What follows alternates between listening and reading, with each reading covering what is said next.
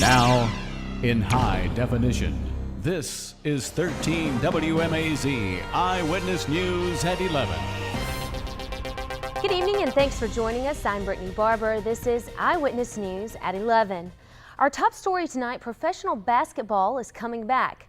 Darnay Tripp joins us now with more on why after 5 months the lockout is close to coming to an end. Darnay? Early this morning, the NBA players and owners came to terms on a new collective bargaining agreement. The deal still needs to be approved by a majority of the 30-team owners and 430 players.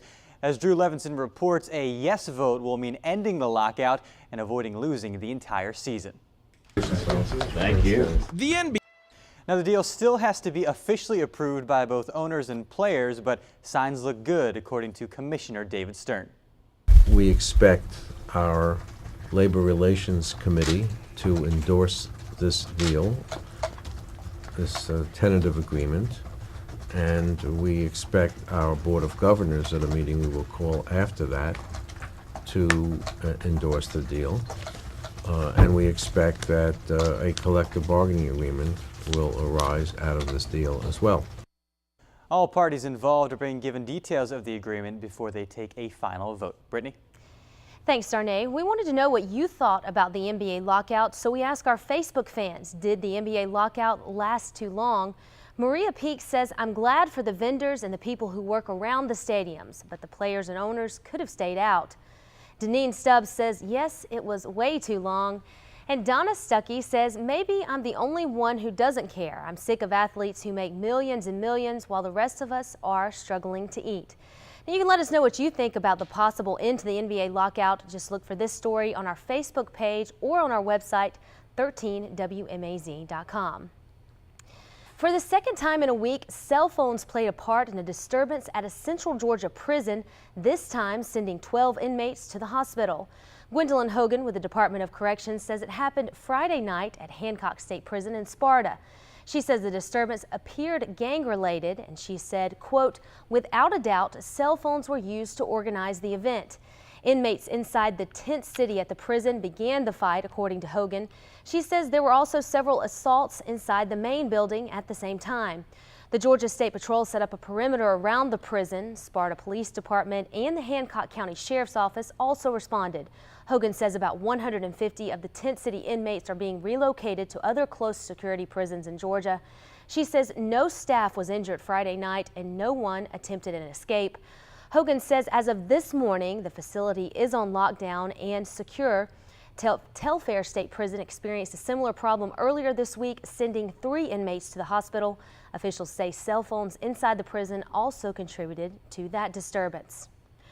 Warner Robins Fire Chief Randy Davis says a fire at the La Quinta Hotel in Warner Robins destroyed it. But a guest says the chief's hard work kept her visit to Warner Robins from becoming a total loss. Oh my God, you found it! Thank you so much. Jill Devine says she left a pouch full of jewelry inside of her hotel room while visiting her mother for Thanksgiving. She says a fire totally destroyed that 3rd floor room, and she never thought she'd find the necklaces and rings collected over decades of travels. Chief Davis spent much of Saturday morning at the top of the fire truck's crane searching for hot spots at the hotel. He says he also found something else inside of the charged suitcase he discovered in Devine's jewelry, and she says she is very thankful for that discovery. We just made an effort. We had a chance at finding it, but we found it. We could get money to replace it, but it would never replace the memories of every place that we had traveled to and brought jewelry back from. Devine and her husband were just 20 minutes away from leaving to go back to their home in Washington, D.C. when Chief Davis recovered the jewelry. He says they also found another guest's dog alive in a hotel room yesterday morning. The owner thought it had died and wanted to bury the body, but Davis says the dog survived the fire in a kennel. They returned it to its owner alive and well. And a few dogs will spend the holiday season in a new home thanks to the Georgia Canine Rescue. Brought pups of all shapes and sizes to Tractor Supply in Warner Robins today. Folks who didn't take home a new furry friend could still help by giving a donation or by buying some of the sweet treats on sale. A vet also is on site to give low-cost immunizations. All of the money raised goes to the rescue center. One of the organizers says just watching the dogs make a full recovery is painful. They don't care that they were beat up, they don't care that they were starved, they just want to be your best friend. And seeing them go to a home where they can live and be happy and having them come back in PetSmart fat and happy, that's the best part for me. The thing I like about rescue organizations, they take the dogs in. If they're sick, they get them as healthy as they can get them. And they save a lot of dogs' lives. The organization has helped over 500 dogs find a home last year, and this year they say they're aiming even higher. Christmas lights dance tonight for the first time this holiday season.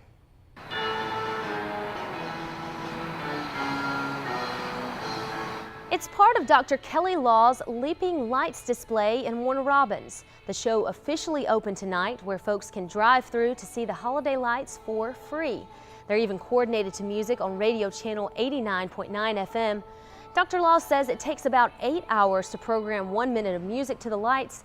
She says the hard work to set up the display for the first time last year.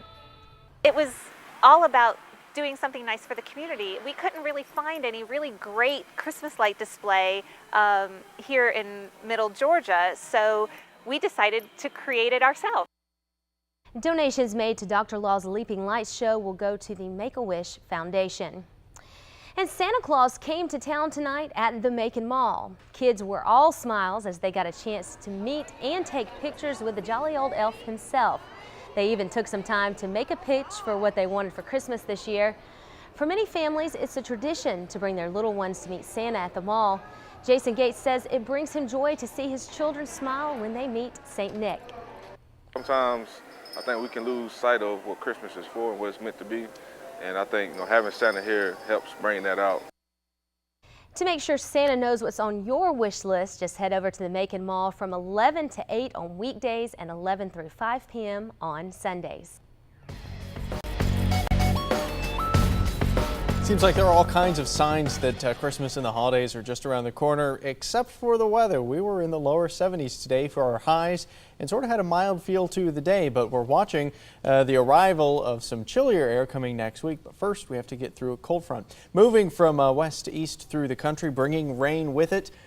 Dallas and Houston saw rain earlier this morning. Now it's pushed into Mississippi. Alabama getting their share of showers. So by this time tomorrow night, we'll see some green on our radar screens. Temperatures will still be warm tomorrow as long as we're still ahead of that front. Right now it's 63 degrees in Macon, 62 for Atlanta, 60 in McRae, and already dropping to 59 in Dublin. Overnight lows tonight into the lower 50s. We're going to keep some clouds in the skies, and that'll help keep us warm. For a complete look at the forecast, we'll talk about all the details and how much rain we could see going through Monday later in the show. Brittany? All right, thanks, John. We'll check back in with you just a little later. A local music store marked their 40th year anniversary with a big birthday bash. We'll tell you how they still found time to give back to kids trying to get an education. Plus, find out what deals your local small businesses right here in Central Georgia offered as part of a nationwide campaign to help boost the economy. Stick around.